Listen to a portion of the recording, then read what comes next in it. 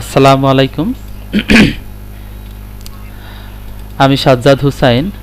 আমি আজকে আপনাদেরকে দেখাতে চলেছি কিভাবে মাইক্রোটিক রাউটার দিয়ে ইন্টারনেট অ্যাক্সেস করতে হয় এবং একই সাথে আমরা দেখব কিভাবে আমাদের মাইক্রোটিক রাউটারের আন্ডারে যে সকল ক্লায়েন্ট মেশিন থাকে সেই ক্লায়েন্ট মেশিনগুলোকে ইন্টারনেট পাওয়ানো যায়, অর্থাৎ আমাদের এই ক্লায়েন্ট মেশিনগুলো যেন ইন্টারনেট অ্যাক্সেস করতে পারে। তো যাই হোক, মাইক্রোটিক রাউটার দিয়ে ইন্টারনেট অ্যাক্সেস করতে চাইলে আমাদের অবশ্যই রাউটারটিকে অবশ্যই এই আইএসপির রাউটারের সাথে কানেক্ট করতে হয়। তো আইএসপির সাথে আমাদের মাইক্রোটিক রাউটারটিকে কিভাবে কানেক্ট করব সেটা ডিপেন্ড করবে আইএসপি আমাদেরকে কিভাবে আইপিটা প্রোভাইড করবে। তো এই আইপিটা দেওয়ার জন্য অনেকগুলো প্রসেস আছে। তার মধ্যে সবচেয়ে জনপ্রিয় তিনটা প্রসেস হচ্ছে, আমি এখানে লিখেছি দেখেন, স্ট্যাটিক আইপি, অর্থাৎ আমরা অনেক সময় আইএসপির কাছ থেকে একটি স্ট্যাটিক আইপি পাই। তার মানে আইএসপি আমাদেরকে একটি স্ট্যাটিক আইপি প্রোভাইড করে। সেই আইপি আমরা আমাদের রাউটারের এই ওয়ান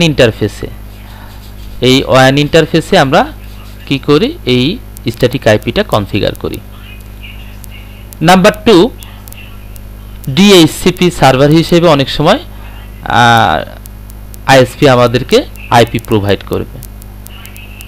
তার মধ্যে আমাদের এর জন্য আমাদের কি করতে হবে, আমাদের মাইক্রোটিক রাউটারের ওয়ান ইন্টারফেসটাকে, আমাদের মাইক্রোটিকের এই ওয়ান ইন্টারফেসকে তখন ডিএইচসিপি ক্লায়েন্ট হিসেবে কনফিগার করতে হবে।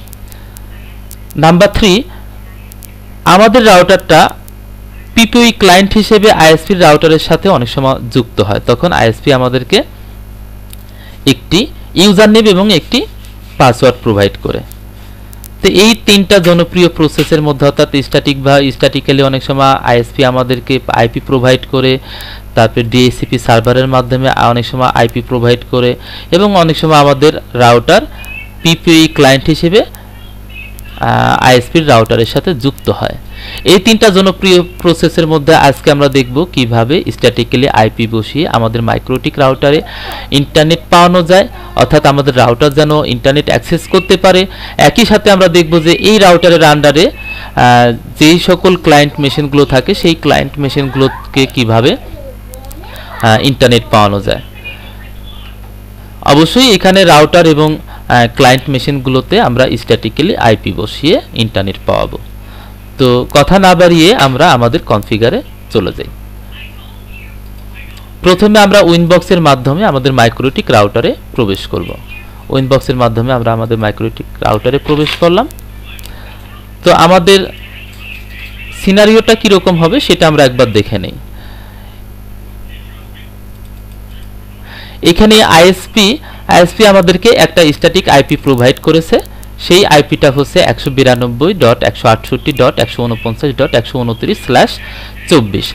তো এই স্ট্যাটিক আইপিটা আমাদের প্রথম কাজ হচ্ছে আমাদের রাউটারের ওয়ান ইন্টারফেসে অ্যাসাইন করা। আমরা ধাপে ধাপে কাজগুলো করব। আমাদের প্রথম কাজ হচ্ছে ওয়ান ইন্টারফেসে আইপিটা আমরা অ্যাসাইন করব। তো আমরা উইনবক্সের মাধ্যমে আইপি অ্যাড্রেস থেকে এইখানে এখানে আইপিটা আমরা লিখব 192.168.149.129/24। এখানে আমরা কোন ইন্টারফেসে আইপিটা অ্যাসাইন করব, আমাদের ওয়ান যে ইন্টারফেসটা আছে এই ইন্টারফেসে আমরা আইপিটা অ্যাসাইন করব। অ্যাপ্লাই, ওকে। তো আমাদের প্রথম কাজ শেষ হয়ে গেল। নেক্সট আমাদের যে কাজটা করতে হবে, আইএসপির দিকে একটি ডিফল্ট রাউট দিতে হবে এবং আমাদের আইএসপির যে গেটওয়েটা সেই গেটওয়েটা আমরা এখানে দিয়ে দিব। তো এখানে আইপি রাউটসে গিয়ে আমরা কি করব, আমরা আইএসপির দিকে একটি ডিফল্ট রাউট এবং একটি গেটওয়ে দেখিয়ে দিব। অর্থাৎ আইএসপি যে গেটওয়ে আমাদের রাউটারের সাপেক্ষে, তো আইএসপির ল্যান পোর্টে যে আইপিটা বসানো আছে সেইটাই তো আমাদের গেটওয়ে। সেই আইপিটা হচ্ছে 192.168.149.2। এটা আইএসপি আমাকে এসএমএস এর মাধ্যমে অথবা ফোনের মাধ্যমে এটা আমাকে জানিয়ে দেবে। তো অ্যাপ্লাই, ওকে। তাহলে আমাদের গেটওয়ে এবং ডিফল্ট রাউট এখানে দেখানো হলো এবং আমাদের ওয়ান ইন্টারফেসে আইএসপি আমাদের যে স্ট্যাটিক আইপিটা দিয়েছিল সেই আইপিটাও অ্যাসাইন করা হয়ে গেল। এখন আমরা গুগলে একটা পিং দিয়ে দেখব যে সে গুগলকে পিং করে পায় কিনা। তো এখানে দেখা যাচ্ছে সে গুগলকে পিং করে পাচ্ছে। নেক্সট আমাদের যে কাজটা করতে হবে, আমরা যদি ডায়াগ্রামে দেখি তো আমাদের এখানে দুইটা কাজ শেষ। এখন আমরা আমাদের এই মাইক্রোটিক রাউটারের ল্যান সাইডে যে ইন্টারফেসগুলো আছে সেখানে আমি আমাদের মতো করে একটা প্রাইভেট আইপি আমরা এখানে অ্যাসাইন করব। তো এখানে আমি যে আইপিটা নিব সেটা হচ্ছে 10.10.10.1/24। এই আইপিটা আমরা আমাদের ল্যান সাইডে অ্যাসাইন করব ল্যান ইন্টারফেসে। তো আমি আবার আমাদের মাইক্রোটিক রাউটারে যাচ্ছি। এখান থেকে আমরা কি করব, আইপি অ্যাড্রেস এইখান থেকে অ্যাড 10.10.10.1/24 এইটা আমরা অ্যাসাইন বসাবো ল্যান সাইডের ইন্টারফেসে। অ্যাপ্লাই, ওকে। তো আমাদের আইপিটাও বসানো হয়ে গেল। এখন আমরা যদি আমাদের সিনারিওটা দেখি, তো এখানে যেহেতু এটা একটা প্রাইভেট আইপি, এই প্রাইভেট আইপি তো আর ইন্টারনেট অ্যাক্সেস করতে পারবে না। প্রাইভেট আইপি কিন্তু ইন্টারনেটে অ্যাক্সেসেবল নয়, যার কারণে আমাদের এইখানে কি করতে হবে, নেট কনফিগার করতে হবে। নেট করলে কি হবে, নেট কনফিগার করার মাধ্যমে যেন এই আইপিটা ইন্টারনেট অ্যাক্সেস করতে পারে পাবলিক আইপি থ্রুতে। এর জন্য আমাদের যেটা করতে হবে, আইপি ফায়ারওয়াল নেট থেকে প্লাসে ক্লিক করতে হবে। দেন এইখানে আমরা মাস্কুরেড এই অপশনটি সিলেক্ট করে দিব, যেন আমাদের প্রাইভেট আইপিগুলো পাবলিক আইপি থ্রুতে ইন্টারনেট অ্যাক্সেস করতে পারে। তো যাই হোক, আমাদের এইখানে আরও একটা কাজ করতে হবে। ডিএনএসটা আমরা দেখিয়ে দিব। এখানে ডিএনএসটা গুগলের ডিএনএস এবং আইএসপিস ইন্ডে যে ডিএনএস সার্ভারটা আছে সেটা আমরা দেখিয়ে দিতে পারি। অ্যাপ্লাই, ওকে। নেক্সট আমাদের যে কাজটা করতে হবে সেটা, এখানে আপাতত আর কোনো কাজ নেই। এখন আমরা আমাদের ক্লায়েন্ট মেশিনে আমরা স্ট্যাটিক্যালি আইপি বসাবো। তো এখানে ক্লায়েন্ট মেশিন হিসেবে আমরা উইন্ডোজ 10 নিয়েছি। এইখানে আমরা স্ট্যাটিক্যালি আইপি বসিয়ে দেখব যে সে ইন্টারনেট পায় কিনা, এবং ইন্টারনেট পেলে আমরা ইন্টারনেট অ্যাক্সেস করব।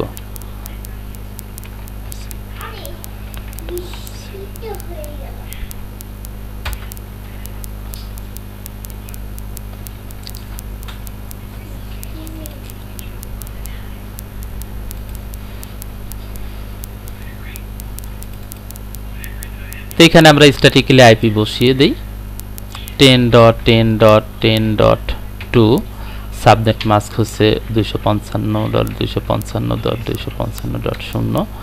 আমরা এখানে ডিএনএস সার্ভার হিসেবে গুগলের ডিএনএসটা দিয়ে দিব। এইখানে গেটওয়ে হবে হচ্ছে আমাদের রাউটারের ল্যান্ড সাইডে যে আইপিটা বসানো আছে 10.10.10.1। দেন ওকে। আশা করি আমাদের ক্লায়েন্ট মেশিন সে ইন্টারনেট পেয়ে যাবে। তা আমরা ওইটা একটু ডিসেবল এবং এনাবল করে দেখব।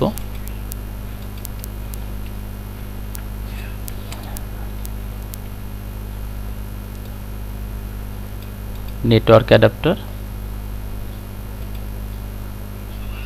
আমরা আবার আইপিটা একটু চেক করে দেখব। অ্যাপ্লাই, ওকে।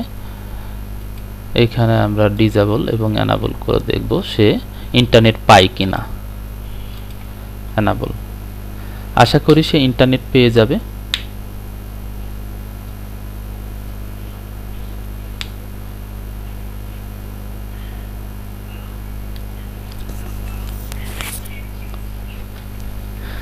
এখানে হয়তোবা কোনো কিছু মিস্টেক হয়ে গেছে, আমরা একটু চেক করব।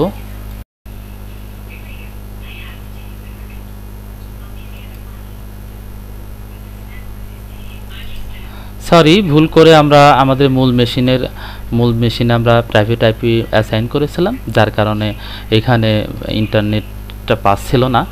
তো এখন ইন্টারনেট পাচ্ছে। আমরা যদি ইন্টারনেটের এই আইকনটা দেখতে পারি, দেখলেও বুঝতে পারবো। আমরা একটু ইন্টারনেট যদি অ্যাক্সেস করতে চাই, তাহলে দেখি সে ইন্টারনেট অ্যাক্সেস করতে পারে কিনা।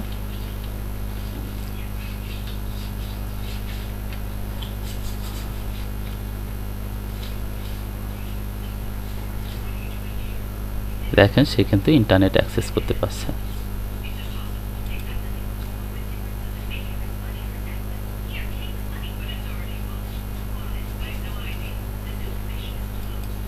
তা আমরা যদি ইউটিউবে ঢোকার চেষ্টা করি, একটা ভিডিও দেখার চেষ্টা করি,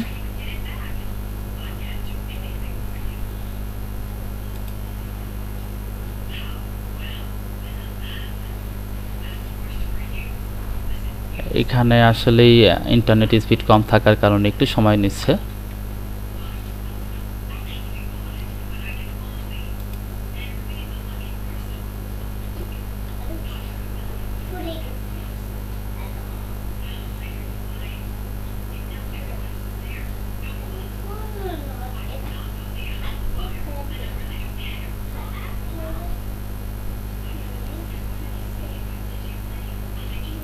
তো যাই হোক, আমাদের ক্লায়েন্ট মেশিন কিন্তু ইন্টারনেট অ্যাক্সেস করতে পারছে। এখানে ব্যান্ডউইথ অর্থাৎ ইন্টারনেট স্পিড কম থাকার কারণে আমরা হয়তোবা একটু সময় নিচ্ছে।